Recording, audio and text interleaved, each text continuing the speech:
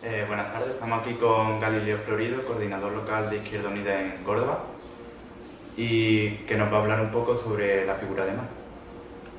Muy bien, pues muchísimas gracias. Bueno, en primer lugar, pues indicar, por ejemplo, ¿no?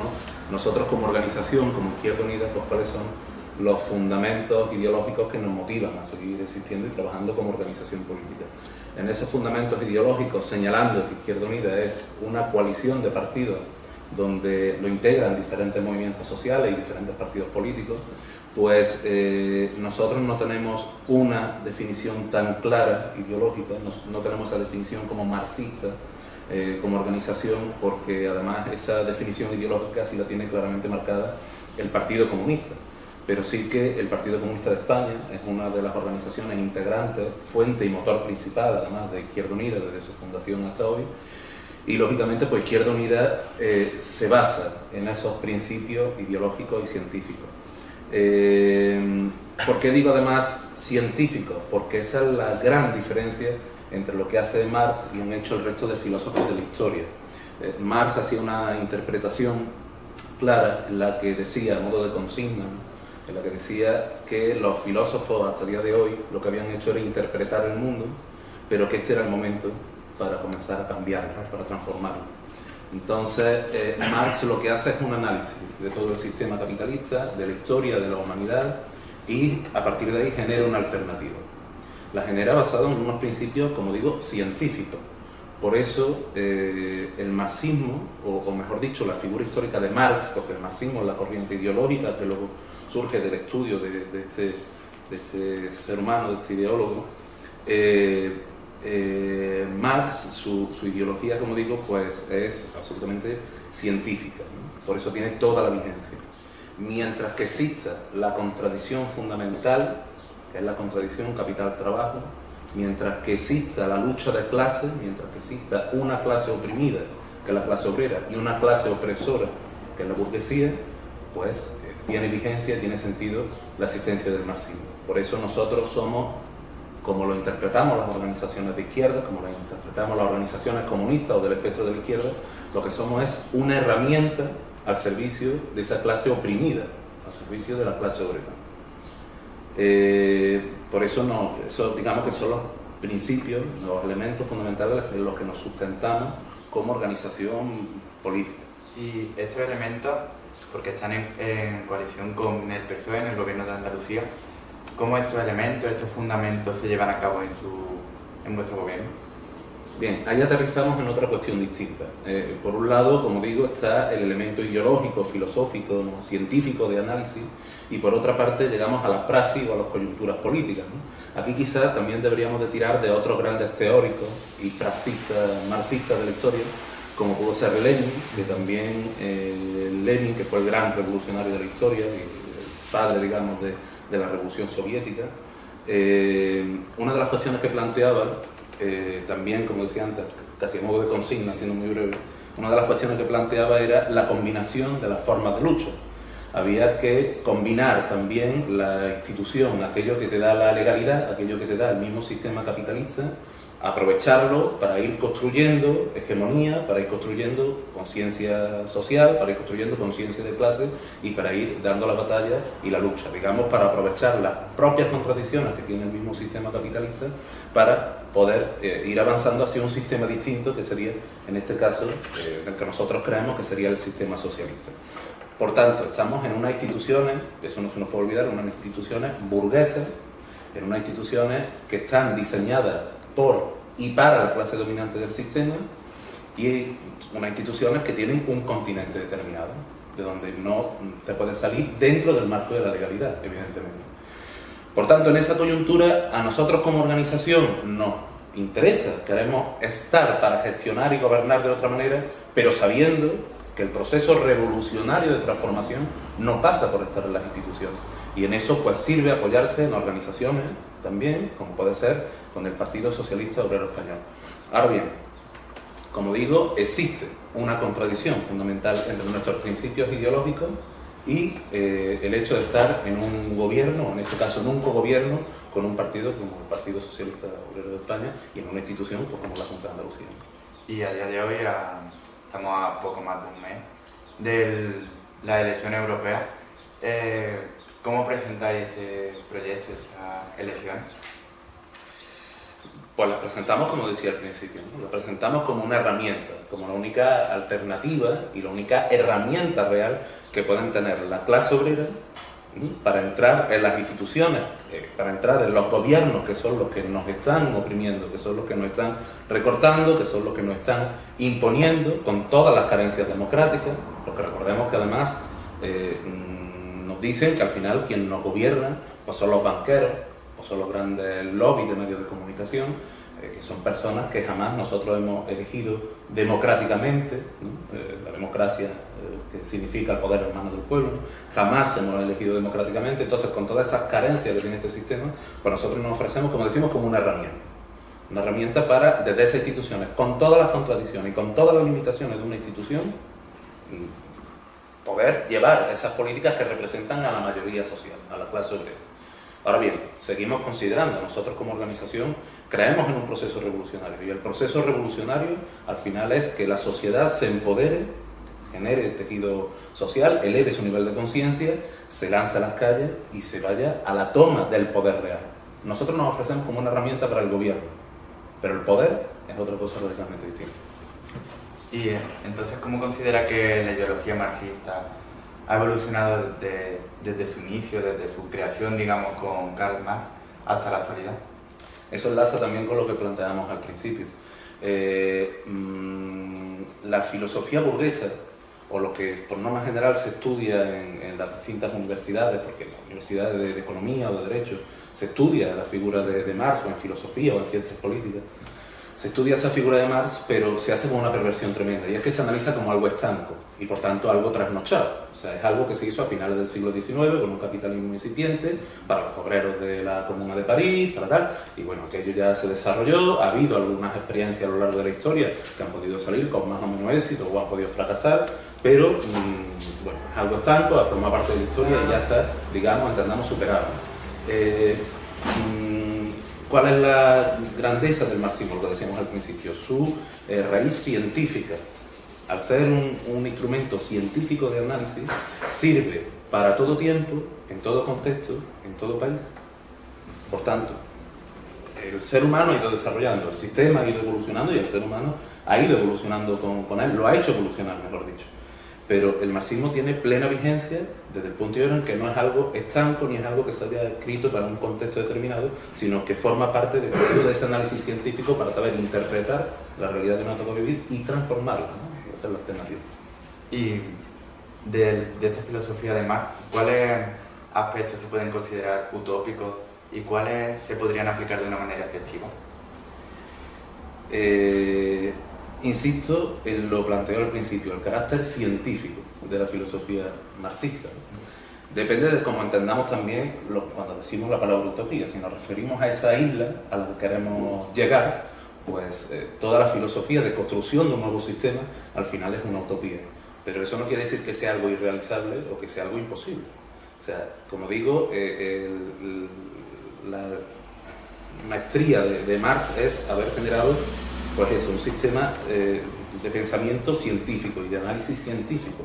Por tanto, se puede ir avanzando, ir construyendo y llegar a la aplicación del socialismo. Cuestiones que pueden ser más o menos debatibles o más o menos discutibles para armar el proceso, o sea, las tácticas políticas, ¿no?, para armar el proceso. Pues ahí sí podríamos quizá andar un poco más, ¿no?, en cuanto al análisis de economía política que hace Marx de una sociedad donde no exista la propiedad privada del medio de producción. Ese sería el fin, la implantación del socialismo real, ¿no? Una sociedad donde no haya propiedad privada, donde no exista la burguesía, donde no haya propietarios de los medios de producción. Pues ¿cómo podríamos llegar hasta ese punto? En el cómo hacerlo, en esa táctica sí puede haber divergencias, pruebas, pasos adelante, pasos atrás, como vio a lo largo de la historia. Pero no se puede considerar que haya elementos utópicos dentro de la filosofía marxista, puesto que, como digo, es una ciencia. Y un poco más en la actualidad, ¿cuánto considera que están de próximos movimientos sociales como el 15M o de aquí de Córdoba, la Acampada de Dignidad, con esta filosofía? Están tremendamente cerca a esta filosofía forman parte, además de esta filosofía, puesto que al final forma parte de la historia de la humanidad, como decía Marx, que es la historia de la lucha de clases. Lo que estamos viendo en el 15M cuando sale a la calle, o lo que estamos viendo con movimientos como la Acampada Dignidad, al final es una clase que está oprimida que responde ante su clase opresora, y responde con las herramientas que tiene a la mano. Volvemos a la cuestión de la coyuntura y de lo táctico. ¿Eso quiere decir que se traduzca en que están absolutamente reflejados en las organizaciones tradicionales marxistas, o que todos forman parte, pueden conformar una organización marxista, o van a despertar su voto hacia las organizaciones marxistas? Pues no tiene por qué, no tiene por qué. Pero desde ese ámbito de análisis ideológico, filosófico, por supuesto sí que están cerca, porque como decíamos, la historia de la humanidad es la historia de la lucha de clases, y hoy lo que se sigue dando es la historia de la lucha de clases, al contrario de lo que nos hicieron hacer creer después de la caída del muro de Berlín, después de la caída soviética, que nos quería hacer creer el sistema y aquella historia de Fukuyama, del fin de la historia. Ya se han acabado la historia, la lucha de clases, se han acabado las clases como tal, y por tanto se ha terminado la historia de la humanidad. Eso demuestra que no, por tanto, están tremendamente próximos a la filosofía. Para terminar, visto la época de crisis en la que ahora mismo está en España, ¿por qué considera que esta ideología no llega a calar en los votantes de Izquierda Unida, digamos, porque no es un partido mayoritario, como lo puede ser, por ejemplo, el PP o el PSOE? Pues está tremendamente ligado a lo que planteábamos antes, ¿no? Por un lado, la ideología, la filosofía sí que ha calado. La sociedad de hoy, del año 2014, del siglo XXI, no es la misma sociedad de finales del siglo XIX o del principio del siglo XX, ¿no? Y tiene elementos en su tuétano, ¿no? Principios filosóficos de democracia, de libertad, de lucha, de principios, ¿no? Que forman parte de esa evolución que ha tenido pues, la implantación de algo tan tremendo, ¿no? Algo que puso el mundo patas arriba, como era la filosofía que creó Marx, ¿no? Esa filosofía marxista. Ahora bien, ¿por qué eso no se traduce en votos? Por muchos elementos. El sistema capitalista es tremendamente inteligente, y eso hay que abonarse, y tiene todo el poder. Y desde la caída del muro de Berlín pues tiene toda la hegemonía a lo largo y ancho del mundo. Os decía antes, una cosa es el gobierno y otra cosa es el poder. ¿El poder dónde reside? Pues está residiendo la banca o a los grandes medios de comunicación que trabajan para manipular a toda la sociedad, incluyendo, por ejemplo, la misma educación, ¿no? En el lenguaje hay perversiones tremendamente fuertes, hay perversiones que se utilizan para alejar a la sociedad de las organizaciones beligerantes o de esas organizaciones que, como decimos, nos prestamos como herramienta para la clase obrera. Por poneros un ejemplo, el silogismo, ¿no? Que nosotros lo estudiamos mucho en nuestra organización. ¿Y qué es un silogismo? Si yo te digo a ti que la democracia es aquel sistema donde hay pluripartidismo, tú votas cada 4 años, y en Cuba no hay pluripartidismo, ni se vota cada 4 años los pluripartidos, y lo contrario de democracia es dictadura, ¿Cuba qué es? Pues una dictadura, lo primero que puede pensar cualquiera.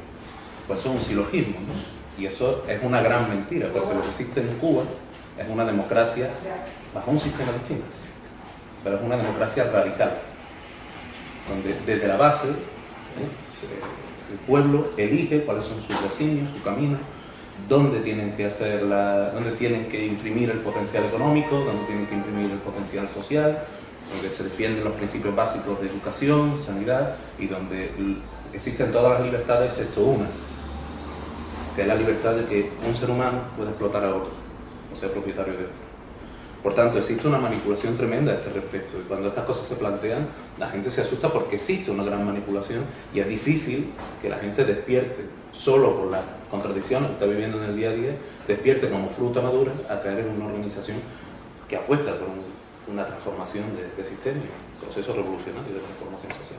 Entonces, ¿cómo podría llegar a ser posible, digamos, el marxismo en su corriente más próxima en la vida, en la actualidad? Pues tiene que ser a través de un proceso revolucionario. Y aquí tenemos elementos que son complicados, porque, mirad un ejemplo claro, ¿no? Que lo estamos viviendo, los procesos que se están dando en América Latina, ¿no? En Venezuela, en Ecuador, en Bolivia, pues son procesos donde unas organizaciones políticas concurren a unas elecciones ante una sociedad muy cansada después de hacer un proceso muy fuerte de trabajo de base, barrio por barrio, convencer, trabajar, sumar, y al final consiguen implantarse a través de la vía democrático-burguesa, a través de las elecciones, y llegar a esas instituciones, como decía al principio, pues son un marco legal diseñado por quien está diseñado, con las contradicciones que tiene y las limitaciones que tiene esa institución y ese marco legal. Dentro de ese marco se puede hacer avanzar la rueda de la historia, podemos ir haciendo avanzar para una sociedad más justa, para ir construyendo algunos elementos. Sí, es posible, cabe, pero lo interesante es que no caigamos en las teorías keynesianas, ¿no? Que no caigamos en lo del estado del bienestar o lo que se ha denominado también por conocer como un capitalismo con rostro humano, ¿no? Si lo que queremos aplicar el marxismo como tal y lo que queremos es la implantación de un sistema socialista, seguro, y esto desgraciadamente es así porque el ser humano es así, seguro tendrá que haber un momento de ruptura en el que la clase opresora quiera dominar y seguir exprimiendo y oprimiendo a la clase oprimida que se está sublevando y que le está quitando sus derechos a esa clase opresora, ¿no? Donde los trabajadores pues, recuperen sus derechos, recuperen su potestad y aniquilen las clases, ¿no? Para que nos entendamos. Acaben con la lucha de clases, efectivamente, termina por la abolición de las clases, acabando con esa burguesía. La burguesía, obviamente, como ya ha hecho en muchas ocasiones, tirará de donde tenga que tirar, si es necesario de los militares, e impondrá, por supuesto, la defensa de sus privilegios, ¿no? Ante esa clase opresiva. Entonces tiene que haber, al final, seguro, siempre un momento de ruptura. Algo parece que está comenzando a suceder en Venezuela en estos días, y tiene que haber al final, desgraciadamente, una dolorosa ruptura para poder aplicar el sistema marxista como tal, la aplicación del socialismo y la construcción al final de esa utopía, de una sociedad libre y justa para todos, y sobre todo lo más importante, que es lo que tenemos que perseguir siempre los partidos de izquierda, donde generamos el mayor grado de felicidad para el ser humano. Pues muchísimas gracias por su colaboración.